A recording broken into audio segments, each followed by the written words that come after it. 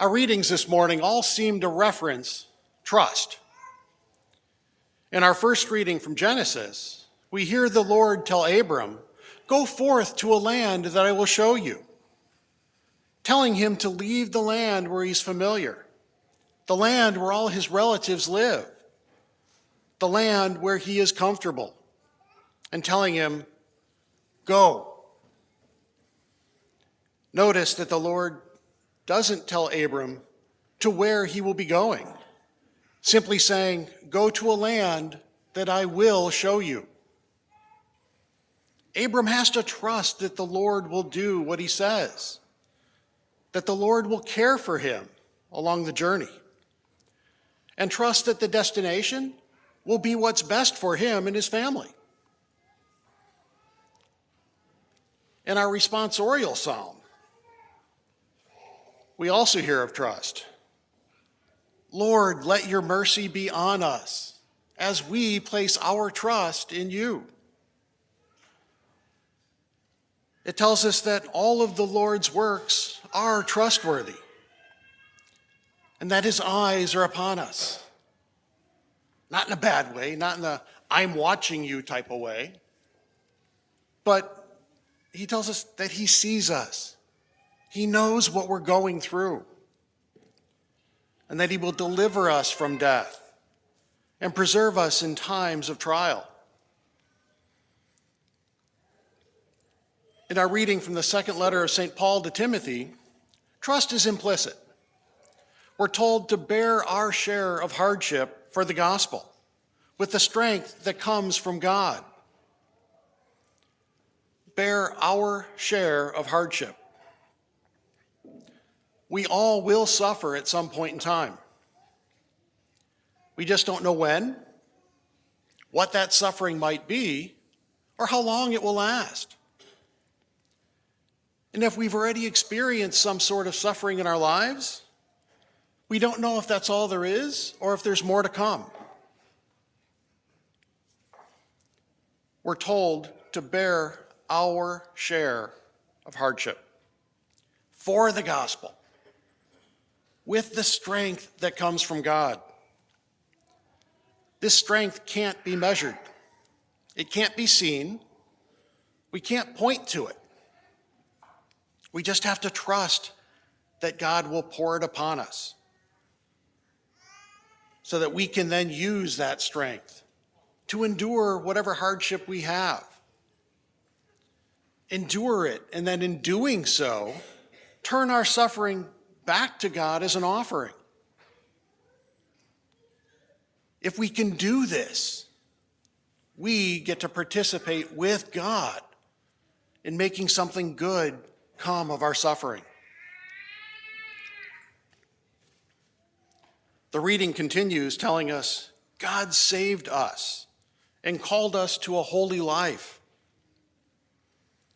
We're all called to be holy, called to be different, called to be set apart from the rest of humanity. Father Jeff talked about this a little bit a couple of weeks ago regarding the gospel passage where Jesus told us to love our enemies. Loving an enemy isn't a typical human response, but Jesus calls us to do it anyway. Calls us to be different. Following Jesus' teaching is not always easy. And many times it's downright hard. But we're still called to do it anyway. Still called to be holy. Still called to attempt to live a Christ-like life. A life reflecting the love, mercy, and compassion of God.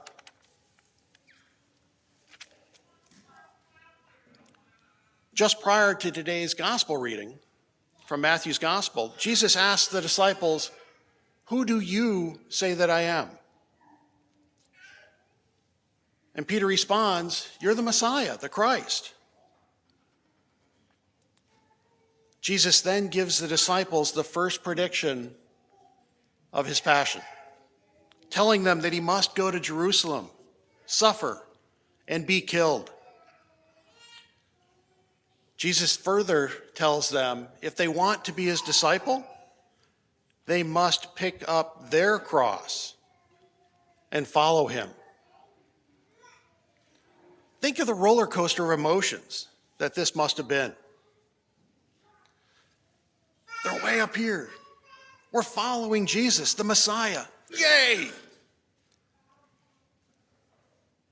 Jesus then says that he must go to Jerusalem and be killed. Like, wait, what? They're kind of on that downward track. And then Jesus tells them, to be my disciple, you have to take up your cross and follow me. They're then at that low point of, no, wait a minute, you're going to Jerusalem to be killed. Does that mean we're following you to be killed as well? Again, what Jesus asks us isn't always easy, but we have to trust that he will send us his strength when we need it. In today's gospel passage, Jesus takes a few of the disciples, specifically Peter, James, and John, and leads them up the mountain. And Jesus is transfigured before them. He shone like the sun, the light emanating from within him. And he glowed with the radiance and glory of God. I think Jesus realized the emotional roller coaster the disciples were on, and he took them with him so that they could see him in his glory, to give them that glimpse of his divinity.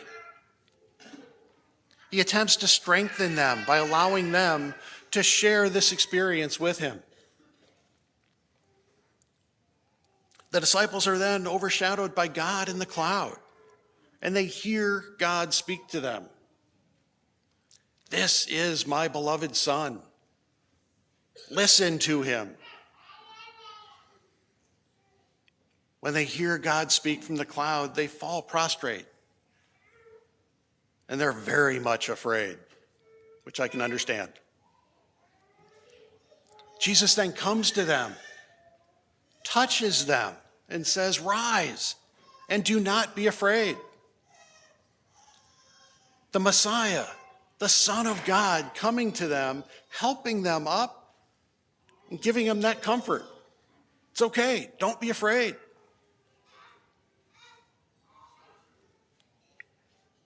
But the disciples still have to trust that the path Jesus is choosing is the right path, heading towards suffering and death, is not a typical human emotion, not a typical instinct. The disciples will need to draw upon that strength that comes from God, the strength of their experience, seeing Jesus' divinity. And they'll have to then do what Jesus asked of them, to pick up their cross, to bear their share of hardship, whatever it might be, and follow him. Like the disciples, we are called to pick up our cross, to bear our share of hardship and suffering, and throughout it all to follow Jesus, to follow his teaching, to live our lives as he has instructed us, whether it's easy or not. We can trust that God knows what is best for us, and that he will not abandon us as we walk throughout life. This Lent, as we journey toward Easter, reflect on your life. What hardship and suffering are you bearing? Are you enduring it and offering it back to God as an offering? Or are you kicking and screaming to have it taken away from you? Are you living your life the way Jesus would want you to live it, both when it's easy and especially when it's difficult?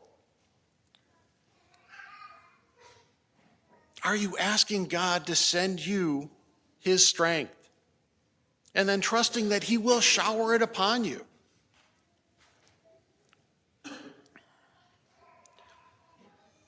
let the words of today's psalm fill your heart. Lord, let your mercy be on us as we place our trust in you.